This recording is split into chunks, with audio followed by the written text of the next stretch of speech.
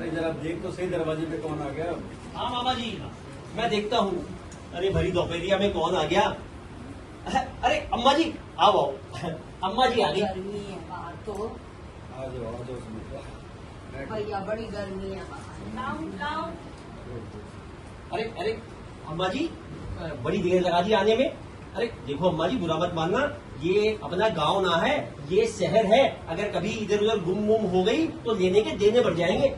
अरे नाच पीटे यूँ बता मुझे, तू चाहे क्या है? कभी कहे जल्दी घर आ जा, कभी कहे जल्दी क्यों आ गई, पता नहीं चाहता क्या है ये अरे मुझसे। तुम शांत हो जाओ फिर सांस लो जरा, सांस लो। ठीक है। अम्मा जी गई कहाँ थी? मंदिर गई थी मैं, और कहाँ जाऊंगी?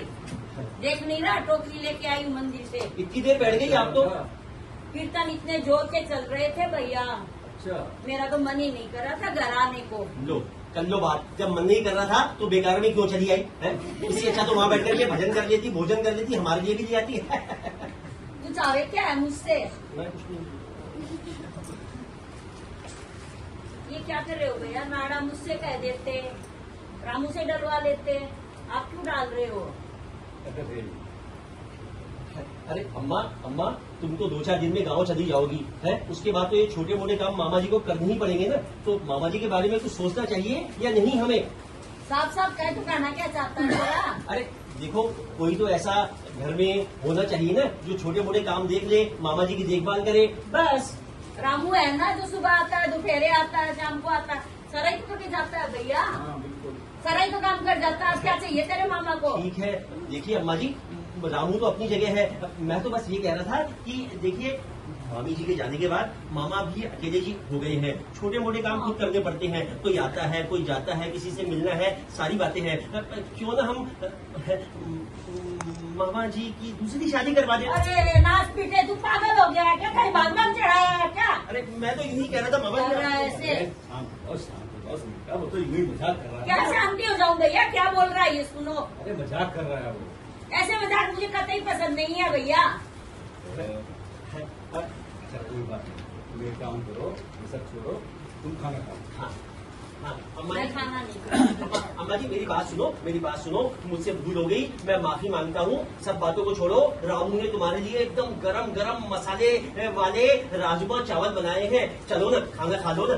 राजमा चावल हो चाहे मालपुई हो, न खाने की तो न खाने की मैं। इतनी क्या गुस्सा होने की जरूरत है? और खाने से क्या दुश्मनी होगी तुम्हारी? हाँ चलो आराम से खाना खा लो तुम।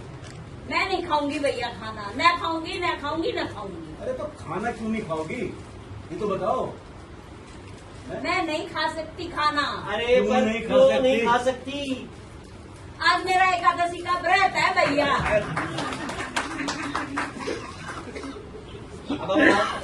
अब ये बताओ भैया मेरे को, आज एकादशी का दिन है, आपने चावल कैसे बनवाए आज?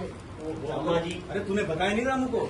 मैंने बताया था, पर राजमा अगर आज चावल खाने के लिए एकादशी वाले दिन तो क्या हो जाएगा? बहुत बड़ा पाप होता है एकादशी के दिन चावल खाने से, तुझे पता है क्या? भैया को भी पता होगा। देखो अम्मा, आ गई ना वही बात, घूम फिर के वही बात आ गई ना। अब घर में कोई गृहिणी हो, कोई महिला हो, संभालने वाली हो, पूजा पाठ करने वाली हो, तो उसको इस सब बातों का पता चले ना कि चावल कब बनाने हैं। देख लो भैया, फिर उसी जगह आ गया ये। अरे तुम छोड़ो पागल है वो, ऐसी बातें करता है। मैं तो खाली मामा जी की मदद के लिए। अरे तुम एक काम करो, खाना नहीं खाना है तो तुम चल के आराम करो। हाँ हाँ ठीक है? दिमाग खराब कर दिया, करूंगी आराम ही करूंगी। देखो भैया मैं कह देती हूँ, छोरे को समझा लेना, पीट पिटा जाएगा किसी दिन अरे मैं मुझसे। समझा लूंगा, तुम चिंता मत करो। चल नहीं, मैं पीट दूंगी इसको। अरे ठीक है ठीक है। अम्मा जी मेरी तौबा।